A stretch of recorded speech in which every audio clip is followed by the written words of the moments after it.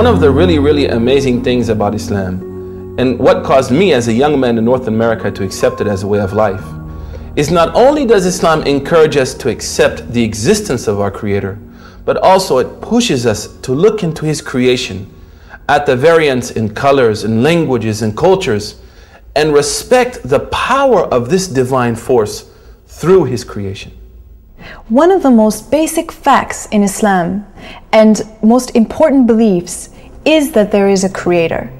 And one of the ways of recognizing His existence and mightiness is by studying creation. The Creator said to those who believe and those who do not believe in the Quran, "In the creation of the heavens and the earth, and in the alternation of the night and the day, there are signs for people of understanding."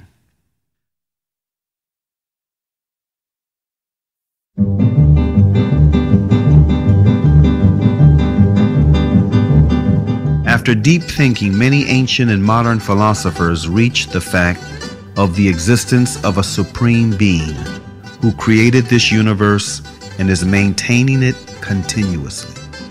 Aristotle, an ancient Greek philosopher and student of Plato, tried to demonstrate this fact, saying, "We hold, then, that the God is a living being, eternal, most good, and therefore life and a continuous eternal existence belong to the God, for that is what the God is."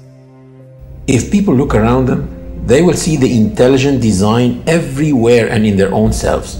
Take the eye as an example.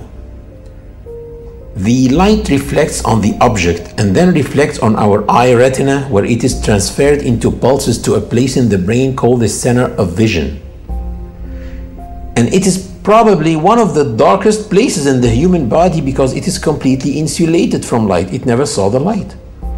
And all the images that we view in our lives are formed in this part of the body, the center of vision.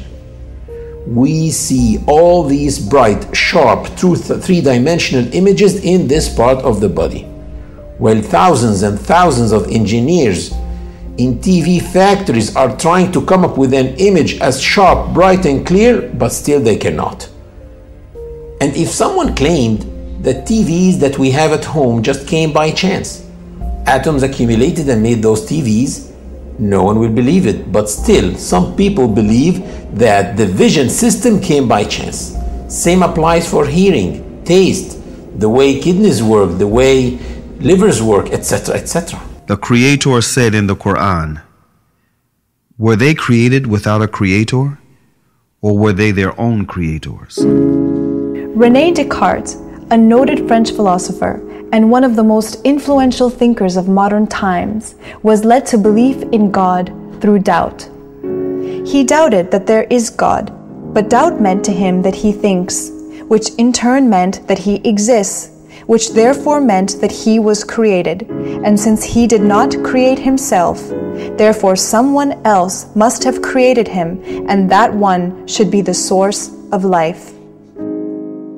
Can I be the author of my being? Or can I conserve myself at the present time? If this would be the case, then the idea of a perfect substance would be caused by my own mind. In order for this to be, I should have to be God Himself. As this, I am clearly not. Infinity is before finitude. Immanuel Kant, one of the most influential thinkers of modern times, who is regarded as the last major philosopher of the Age of Enlightenment, was impressed by all the variations, numerations, and synchronizations in this world that make the existence of an omnipotent supreme being a fact. This present world presents to us so immeasurable a stage of variety, order, fitness, and beauty. Whether we follow it up in the infinity of space or in its unlimited division, that even with the little knowledge which our poor understanding has been able to gather, all language, with regard to so many inconceivable wonders, loses its vigor, all the numbers their power of measuring, and all our thoughts their necessary determinations. so that our judgment of the whole is lost in a speechless but all the more eloquent astonishment.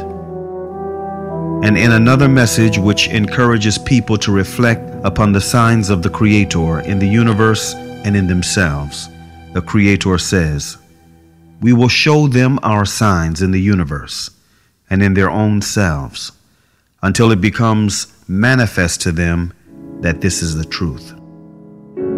Bring 12 marbles, number them from 1 to 12, and then put them in a bag, shake the bag and close your eyes and pull out marble number 1. And then pull them all out one by one. Do you know what is the chance of doing that? You need to try about 479 million times to pull them all out in order.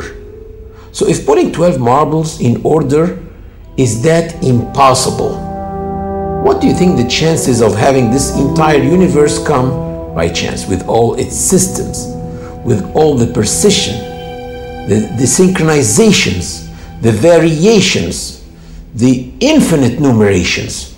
People think that this can come by chance.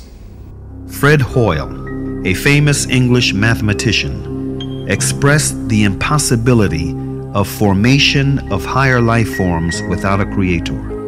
The chance that higher life forms might have emerged by chance is comparable with the chance that a tornado sweeping through a junkyard might assemble a Boeing 747 from materials therein.